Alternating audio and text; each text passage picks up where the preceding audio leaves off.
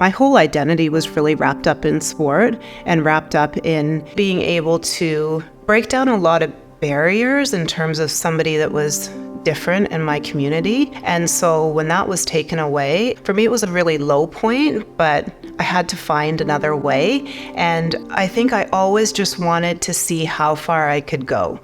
I really wanted to represent Canada. I didn't think that I would do it in another sport, and I really didn't think I'd do it in rowing.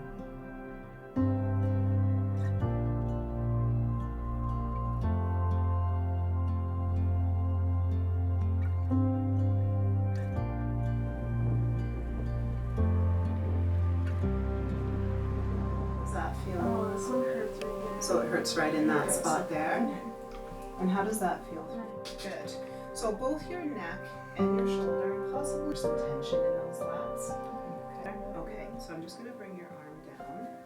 My name is Kubet Weston. I'm a physiotherapist and former national team rower. I was born in Nigeria in West Africa. My parents met at the University of Toronto when they were studying there and moved to Nigeria. So when I was born into a family where my dad was black, my mom was white. But at the time, living in Nigeria, she was the one that stood out in the crowd. And the early 80s was not a very safe time to be in Nigeria. There was a lot of military conflict. So my mom moved back to Tillsonburg, where she grew up, with my siblings and I to have a safer life.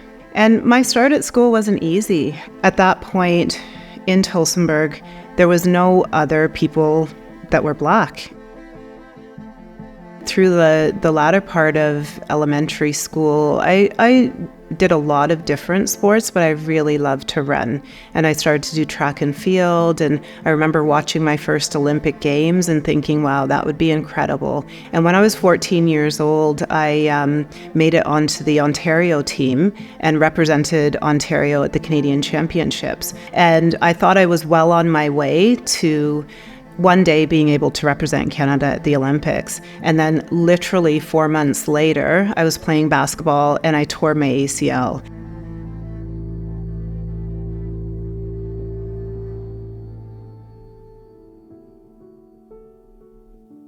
I started rowing just to stay fit. My brother was actually rowing with a friend of his in Tillsonburg on our little Lake Lisgar. And so a friend of mine and we rowed in a double, and we just had fun. And that was my initial start into rowing.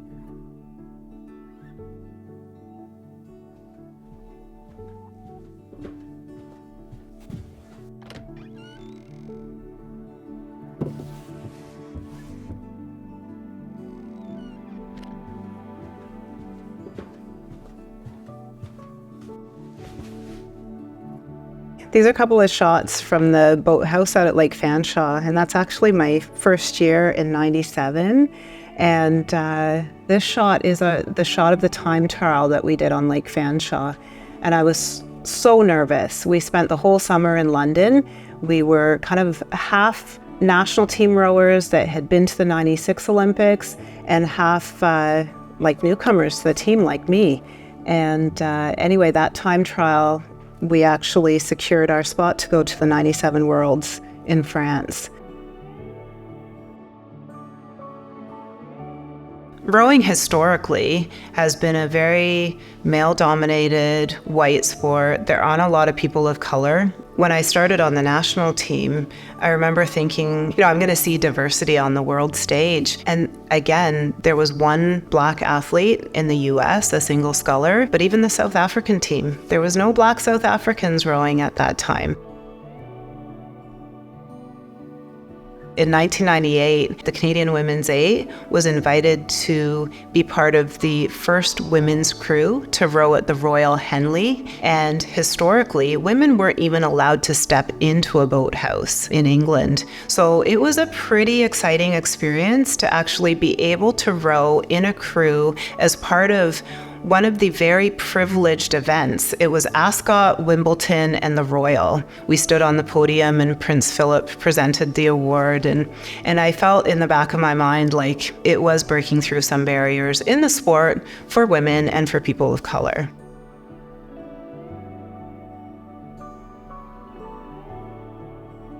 I think it's really hard for somebody that's not involved in rowing to kind of make that push. And that's something that I didn't realize when I left the sport. I thought that there would be so many more people of color that would start and come after me. And really in the last 20 years, there hasn't been anybody achieve that elite level. And so as much as I celebrate the success within rowing, and especially within the women's program, it makes me kind of sad that things haven't changed a lot.